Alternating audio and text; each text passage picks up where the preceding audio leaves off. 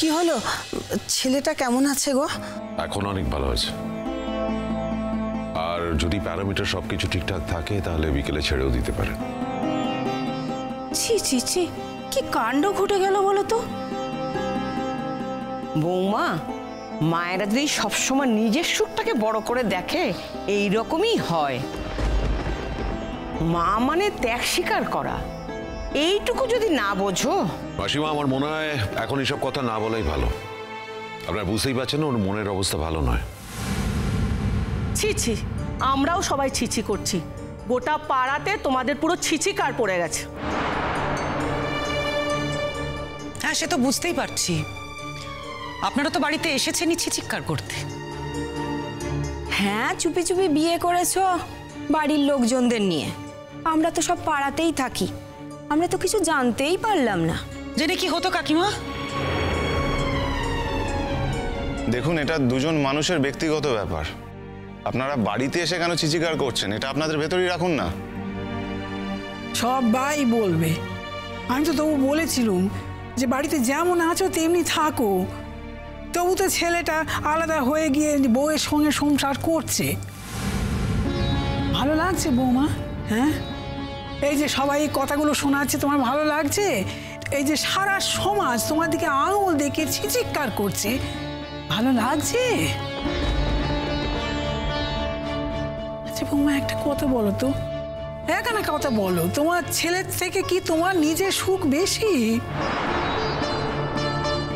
তাই তো দেখছি, কত মহিলাদের দেখলাম নিজেদের ছেলের মুখের দিকে তাকিয়ে কিচ্ছুটি করলো না সারা জীবন, আর তুমি এইটুকু সামলাতে পারলে না নিজেকে? কত বয়স হলো সে খেয়ালটাই রেখেছো? আপনাদের সমস্যাটা কোথায়? এই তুই চুপ কর তো। তোদের স্বার্থে কোনো ঘা লাগছে না বলে তাই এরকম করছিস, তাই না? একজন বড় লোককে ধরেছিস, সে তোদের পয়সা করি দিচ্ছে, ভালো ভালো খাইয়ে পরিয়ে হাত করে রেখেছে। তাই জন্য নতুনের 7 খুন মাপ, তাই না রে? আপনারা কি বাড়ি বয়ে এসেছেন এই কথাগুলো বলার জন্য? বলুন না, বলুন। আরো কি কি আপনারা বলতে চান আমাকে বলুন। আমি আমার নিজের সুখের কথা ভেবেছি, হয়তো অপরাধ করে ফেলেছি, অন্যায় করে ফেলেছি।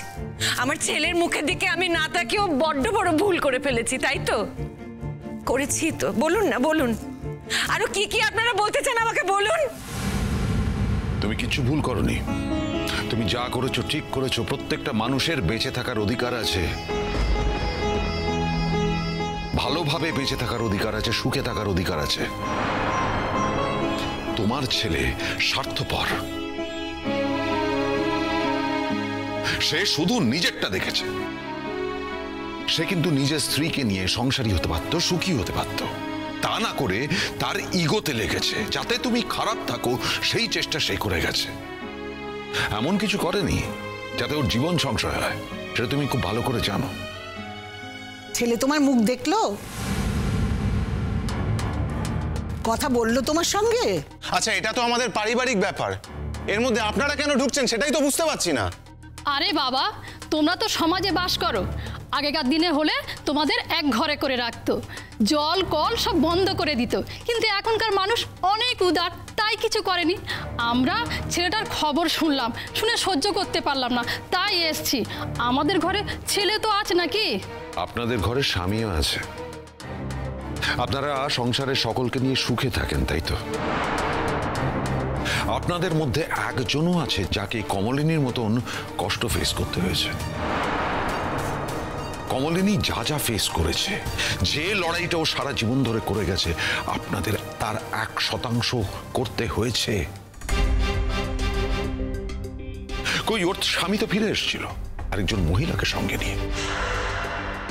তখন কই আপনারা তো একটা কথাও বলেননি, একজনও এখানে এসে দাঁড়াননি। ও পুরুষ মানুষ বলে তার 7 খুন মাপ, তাই না? পুরুষ মানুষ যা খুশি তাই করতে পারে। আর একজন মহিলা, বিশেষ করে সে যদি মা হয়, তার ভালোভাবে বেঁচে থাকার কোনো অধিকার নেই। একজন মা, সে শুধু ত্যাগের প্রতীক হয়ে থাকবে।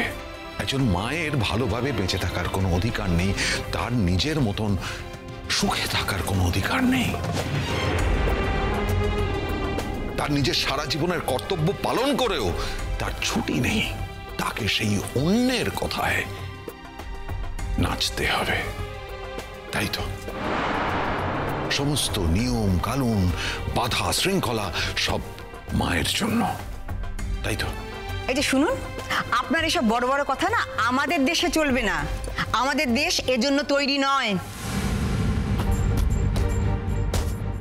আপনারা তৈরি নন, দেশ তো আপনাদের মতন মানুষদের নিয়েই তৈরি। আপনারা আপনাদের সমস্ত ইচ্ছেগুলো মনের মধ্যে চাপা দিয়ে রাখবেন, ঢাক ঢাক গুড়গুড় করে বাঁচবেন, কিন্তু সামনে বলার সাহস কারণ নেই, সামনে কিছু করার সাহস নেই। যা করবেন আড়ালে আবডালে করবেন। আপনাদের ইমেজ বজায় রাখতে হবে, তো সমাজের কাছে ভালো হতে হবে। আপনারা খুব ভালো, সেটাই প্রমাণ করার চেষ্টা করছেন। তো আপনারা বুকে হাত দিয়ে বলুন তো, আপনাদের কারো জীবনে এইরকম কোনো ঘটনা ঘটেনি? বা আপনাদের চেনা শোনা আত্মীয় স্বজন কারোর জীবনে এইরকম ঘটনা ঘটেনি? বুকে হাত দিয়ে বলুন। ঘটেছে, আপনারাও জানেন আছে, কিন্তু তারা সাহসী নয়, তারা সাহস করে সামনে আসবেন না। তারা যা করবেন আড়ালে আবডালে করবেন, আপনারাও জানবেন, কিন্তু আপনারা বলবেন না। তারা ভাবছে তারা আড়ালে আবডালে লুকিয়ে চুরিয়ে করছে, কেউ জানতে পারছে না, আপনারা জানছেন, কিন্তু আপনারা সামনে বলছেন না। আপনারা সমালোচনা করছেন, সেটাও লুকিয়ে, কারণ তারা যেটা করছে সেটা স্বীকৃত নয়। আজকে আপনারা এত বড় বড় কথা বলার সুযোগ পাচ্ছেন, সাহস পাচ্ছেন, তার কারণ কমলিনী কোনো কিছু লুকিয়ে করেনি। যা করেছে সাহস করে সকলের সামনে দাঁড়িয়ে করেছে। সূর্যের আলোর মতন স্পষ্ট সে যা করেছে। আমরা চিরসখা, আমাদের বন্ধুতা চিরন্তন, আমরা স্বামী স্ত্রী, আমরা পরস্পরকে সম্মান করি, আমরা পরস্পরের বন্ধু, আর তাতে কোনো অন্যায় নেই, পাপ নেই, কুণ্ঠা নেই। আমরা স্বামী স্ত্রী আমাদের সম্পর্কটাকে সেলিব্রেট করছি আজকে, তাতে আপনাদের সমস্যাটা কোথায়? তাহলে এত রং ঢঙের কি দরকার ছিল? ভজন শুনতে যাওয়া, মন্দিরে মন্দিরে ঘুরে বেড়ানো, ধর্মসভায় যাওয়া, এসব না করলেই হতো। আমি কি করে জানবো? আমি তো ভাবতাম বৌমার মনটা ভালো হয়ে যাবে, তাই তো সব জায়গায় ওকে নিয়ে যেতুম। আমরা আপনাকে তো কোনো দোষ দিচ্ছি না, আপনি নিজের মতো করে চেষ্টা করেছেন। এই তো চোখের সামনেই দেখুন না, একজন বিধবা মহিলা, উনি তো কোনো লোক খুঁজতে যাননি একা থাকতে পারবেন না বলে। শুনুন, আমার ঠাম্মি যে বয়সে বিধবা হয়েছিলেন, আমার মাকে তার অনেক আগে আমার বাবাকে কিন্তু ছাড়তে হয়েছে। আর বাই দ্য ওয়ে, আমার ঠাম্মি বিধবা, আমার মা কিন্তু বিধবা নন। তাও উনি লাস্ট 20টা বছর ধরে নিষ্ঠাভাবে বৈধব্য পালন করেছেন। আমার মা 20 বছরে মাছ মাংস ছোননি, সেই জন্য আমার মায়ের শরীরে প্রোটিনের ঘাটতি দেখা গেছে। মা সবকিছু করেছেন আমার ঠাম্মির ভৎসনা থেকে বাঁচার জন্য। সবকিছু মুখ বুজে সহ্য করেছে আমার মা। আর সমাজে আপনাদের মতো কিছু মানুষ এই বিষয়টাকে সমর্থন করেন। আপনারা তো 4 বেলা রসিয়ে রসিয়ে খান, অথচ কোনো মহিলার স্বামী চলে গেলে তাকে সমস্ত আনন্দ থেকে বঞ্চিত করেন। আর এটা করে আপনারা আনন্দ পান, ওনাদেরকে জোর করে নিরামিষ খাওয়ান, তাই না? আপনাদের মতো মানুষেরা এই সমাজে আছে বলেই না আমার মায়ের মতো মেয়েরা তাড়াতাড়ি মারা যায়, জানেন তো? আপনারা মেয়ে হয়ে মেয়েদের সম্মান করেন না, বরং তাদেরকে আরো পেছনের দিকে টানেন, তাদের আরো ক্ষতি করেন, তাদের ভালো রাখার কোনো দায়িত্ব পালন করেন না।